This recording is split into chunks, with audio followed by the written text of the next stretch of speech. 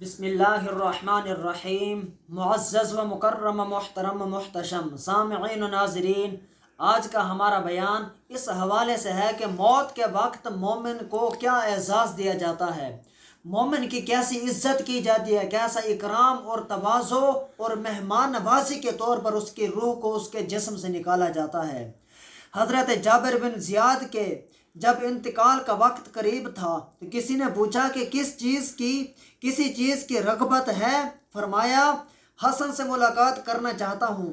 حضرت حسن بصری تشریف لائے تو لوگوں نے کہا کہ حسن آ گئے ہیں، تو حضرت جابر فرمانے لگے، بھائی یہ رخصت کا وقت ہے، اب جا رہے ہیں، یہ خبر نہیں کہ جنت کی طرف یا دوزخ کی طرف۔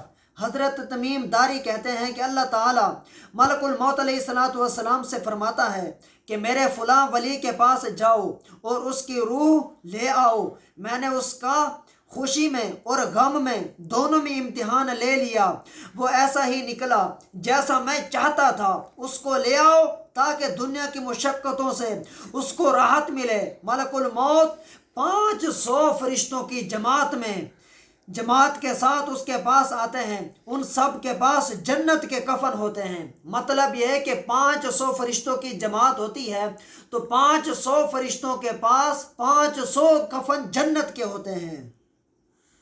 ان کے ہاتھوں میں ریحان کے دستے ہوتے ہیں، گل دستے ہوتے ہیں، جن میں ہر ایک میں 20 رنگ ہوتے ہیں اور ہر رنگ میں نئی خوشبو ہوتی ہے، اور ایک سفید ریشمی رومال میں مہکتا ہوا مشک ہوتا ہے۔ ملک الموت اس کے سرہانے بیٹھتے ہیں اور فرشتے اس کو چاروں طرف سے گھیر لیتے ہیں اور اس کے ہر عضو پر اپنا ہاتھ رکھتے ہیں اور مشک والا رومال اس کی تھوڑی کے نیچے رکھتے ہیں اور جنت کا دروازہ اس کی نگاہوں کے سامنے کھول دیتے ہیں۔ اس کے دل کو جنت کی نئی نئی چیزوں سے بہلایا جاتا ہے، جیسا کہ بچے کے رونے کے وقت اس کے گھر والے مختلف چیزوں سے اس کا دل بہلاتے ہیں۔ کبھی اس کی حوریں سامنے کر دی جاتی ہیں، کبھی وہاں کے پھل، کبھی عمدہ لباس، غرض مختلف چیزیں اس کے سامنے کر دی جاتی ہیں اور حوریں اس کی بیویاں خوشی میں کودنے لگتی ہیں۔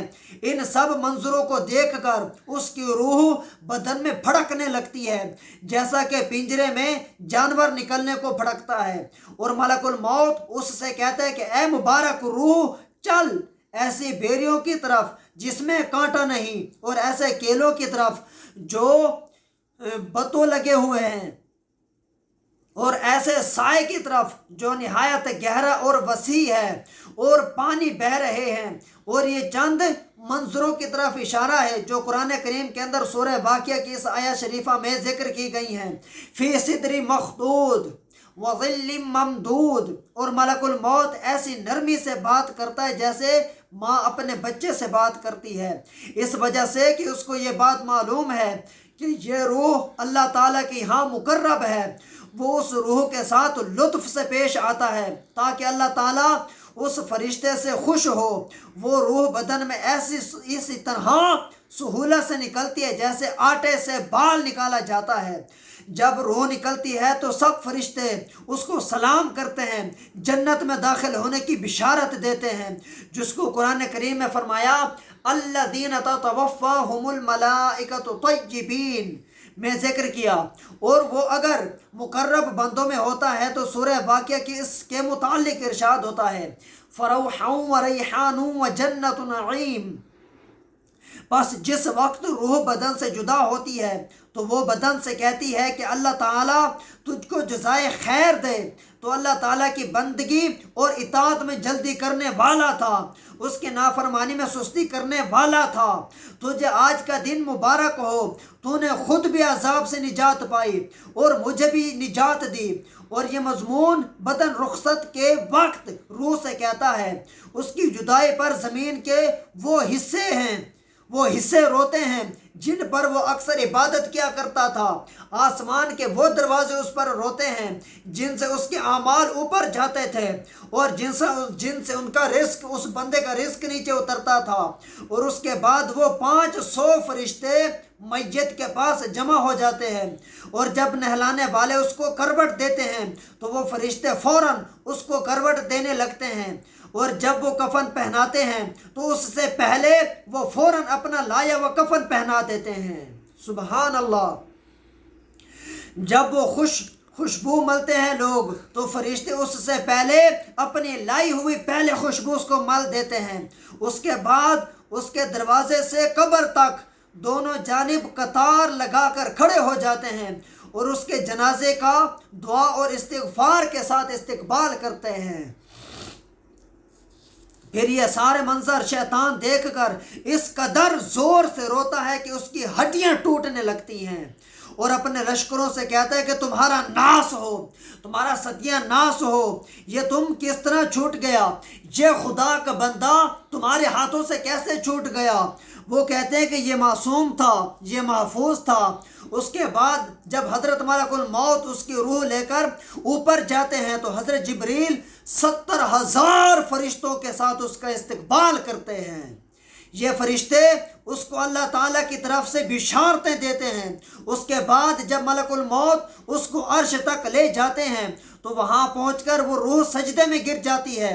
اللہ تعالیٰ کا ارشاد ہوتا ہے کہ میرے بندے کی روح کو سدر مخدود و طلح ممدود میں پہنچا دو۔ جب اس کی لاش قبر میں رکھی جاتی ہے تو اس کی نماز اس کے دائیں طرف آ کر کھڑی ہو جاتی ہے، روزہ بائیں طرف کھڑا ہو جاتا ہے، قرآن پاک کی تلاوت اور اللہ کا ذکر سر کی طرف کھڑا ہو جاتا ہے، اور جماعت کی نماز جو قدم چلے ہیں وہ پاؤں کی طرف کھڑے ہو جاتے ہیں، اور مصائب اور گناہوں سے صبر قبر کی ایک جانب کھڑا ہو جاتے ہیں، اور اس کے بعد عذاب میں اس قبر میں اپنی گردن نکالتا ہے، اس کے بعد عذاب اس قبر میں اپنی گردن نکالتا ہے، مردے تک پہنچنا چاہتا ہے، لیکن وہ اگر دائیں جانب سے آتا ہے تو نماز اس کو کہتی ہے کہ پرے ہٹ، یہ شخص خدا کی قسم دنیا میں ہمیشہ مشقت اٹھاتا رہا، ابھی ذرا راحت سے اس کو سونے دے۔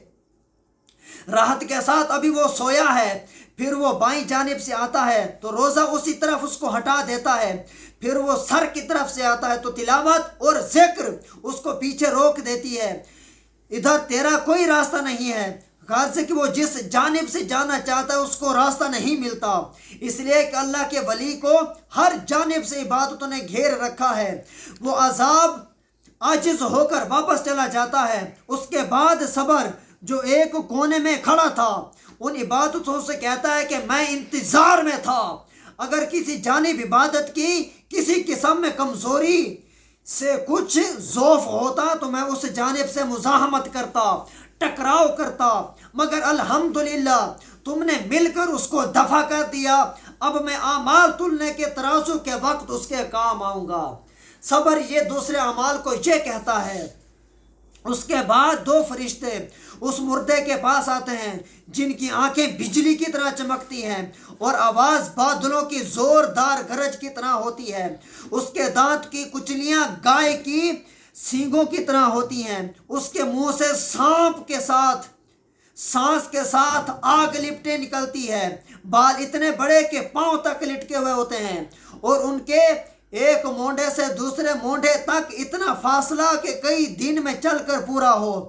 مہربانی اور نرمی گویا ان کے پاس کو ہوتی بھی نہیں، البتہ سختی کا معاملہ مومن کے ساتھ نہیں کرتے، لیکن حیات کیا ایسی کم ہے کہ ان کا منکر نکیر کہا جاتا ہے۔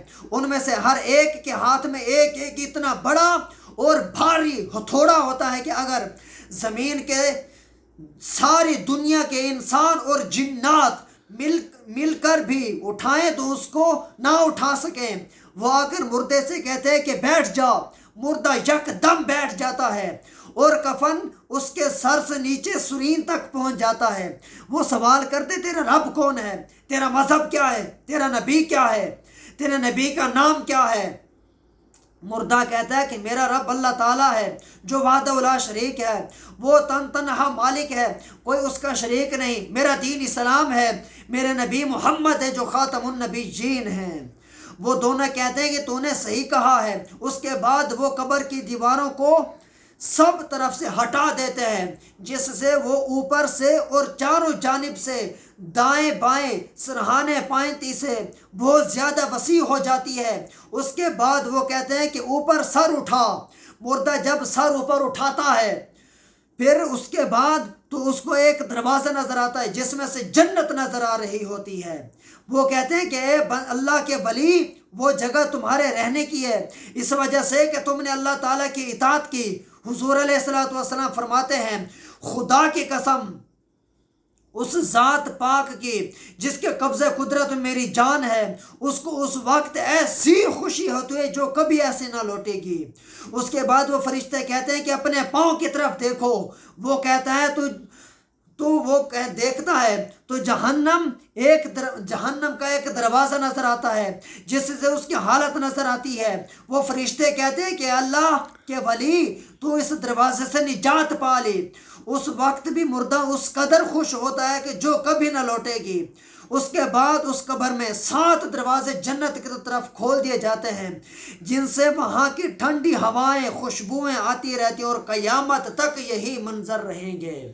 اللہ تعالیٰ سے دعا ہے کہ اللہ پاک یہ سارا مومن کا اعزاز اور اکرام ہم سب کو عنایت فرمائے، آمین بجاہ النبی الامین۔ ہماری ویڈیو دیکھنے والے تمام بھائیوں سے گزارش ہے کہ اگر آپ لوگوں کو ہماری ویڈیو اچھی لگی، ہمارے چینل کو سبسکرائب کریں، لائک کریں، کمنٹس کریں اور گھنٹے کے نشان کو دبانا نہ بھولیں تاکہ آنے والی ہر نئی ویڈیو کا نوٹیفیکیشن آپ تک پہنچ سکے۔ جزاک اللہ۔